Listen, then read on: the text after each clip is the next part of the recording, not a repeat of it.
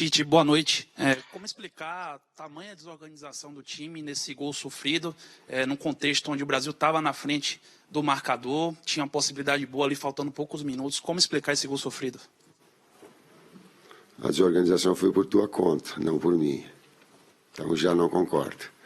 Primeiro nós estávamos numa ação ofensiva, né, botando volume, tendo um jogador de retenção na frente. A jogada foi quebrada.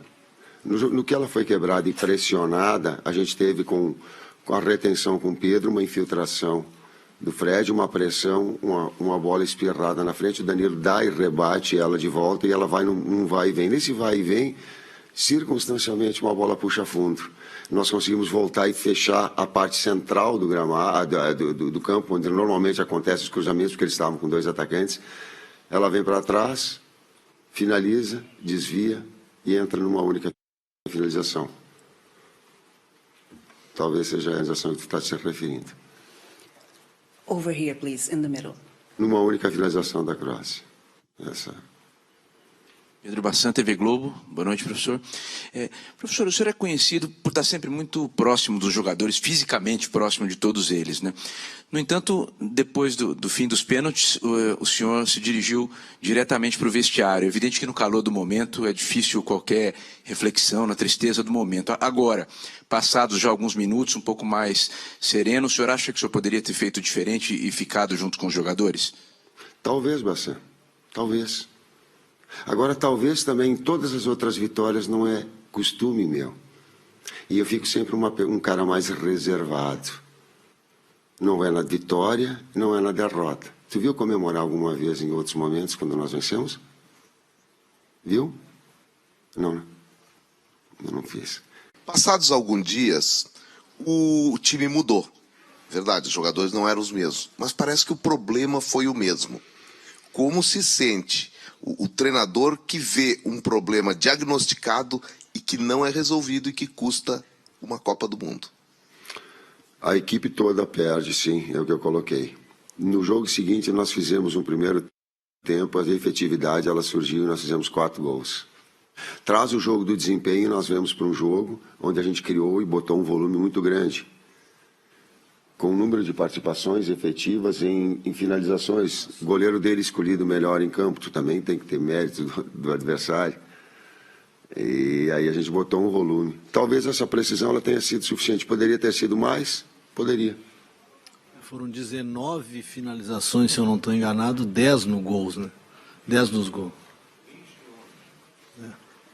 Por aí. 20 e 11. Então...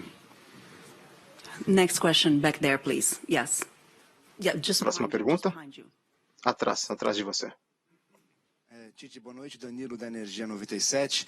No Brasil, muita tristeza e muita revolta também pelo final do jogo do Brasil, né? A gente achou que no final poderia ter segurado esse finalzinho. Qual que é o recado que o treinador da seleção deixa para o torcedor brasileiro que hoje teve uma frustração gigantesca? Dividimos a alegria, dividimos a tristeza.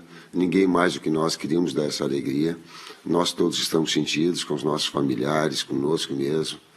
E tem uma geração bonita aí surgindo, que ela vai se fortalecendo nas adversidades, no crescimento. Todos nós somos responsáveis, e o maior responsável, mas todos somos, não tem demagogia, não tem hipocrisia de dizer, não sou só eu, não é só tal, não coloquem, como é que é, herói ou vilão no esporte. Não tem.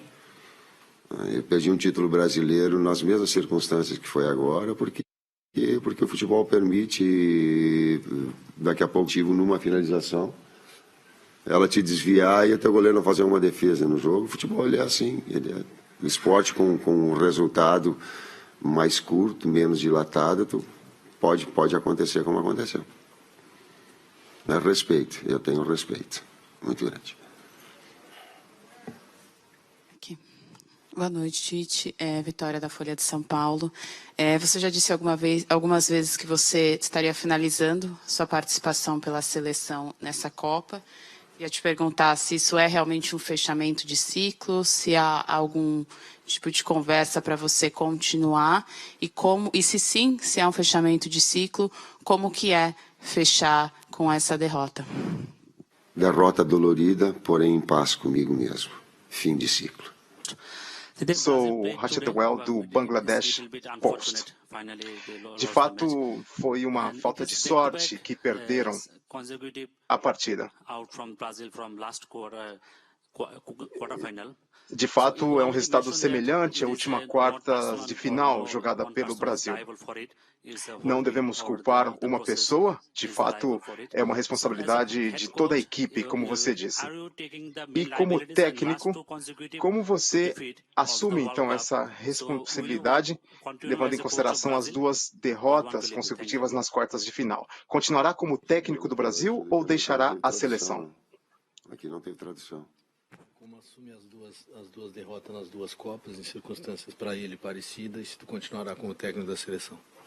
Eu respondi antes, o ciclo, como já tinha colocado anteriormente, existem outros grandes profissionais que estão ali. Eu já havia colocado mais de 1 ano e meio, e eu não sou um cara de 2 palavras. E também não estava jogando para ganhar, para depois fazer drama, para dizer, vai ficar. Não sou, quem me conhece sabe. Agora sim foi um processo inteiro, sim. Antes foi um processo de recuperação. A Copa anterior eu reputo dessa forma, um processo de recuperação de formação de equipe.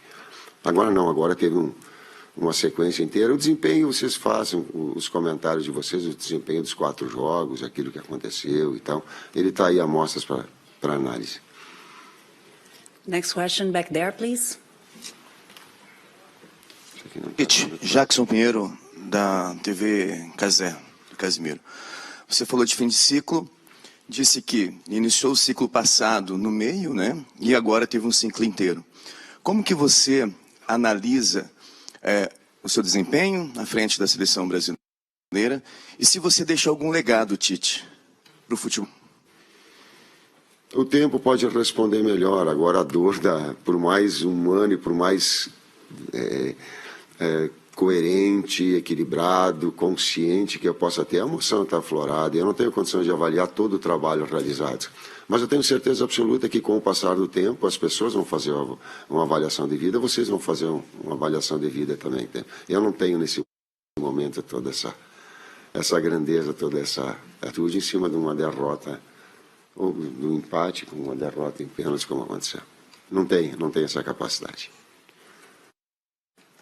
Tite, aqui, Rafael Zarco, do Globo. Antes da Copa, eu lembro em algumas entrevistas, você falou que era a melhor versão da seleção, né, para a Copa. Por todas as mudanças recentes e tudo, com os novos jogadores. Queria te saber se você considera que apresentou a melhor versão daqui na Copa do Mundo, da seleção, e se acha que faltou um pouquinho de consistência em alguns momentos, para controlar um pouquinho mais o jogo hoje?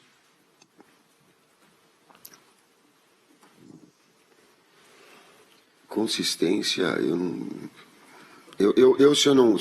talvez eu não tenha. O que eu vejo como consistência, vamos pegar esse outro lado, é quando uma equipe, o jogo fala e uma equipe te mostra, ó, o teu goleiro tá sendo melhor em campo, ó, jogadas tão difíceis, ó, isso eu considero o jogo fala. E se o jogo fala, eu associo a consistência. Eu não consegui ver. Talvez tenha me faltado, então, visão para enxergar aquilo que tu viste. A outra parte da pergunta? A melhor versão? Na média geral, sim. Na média geral, sim. Na média geral, sim. Talvez faltasse a efetividade maior em conclusões, transformar em gol nas jogadas criadas, principalmente no jogo de hoje. Talvez fosse. Mas calma, também tem uma garotada toda surgindo, juntamente com os experientes, mais fazendo essa mescla.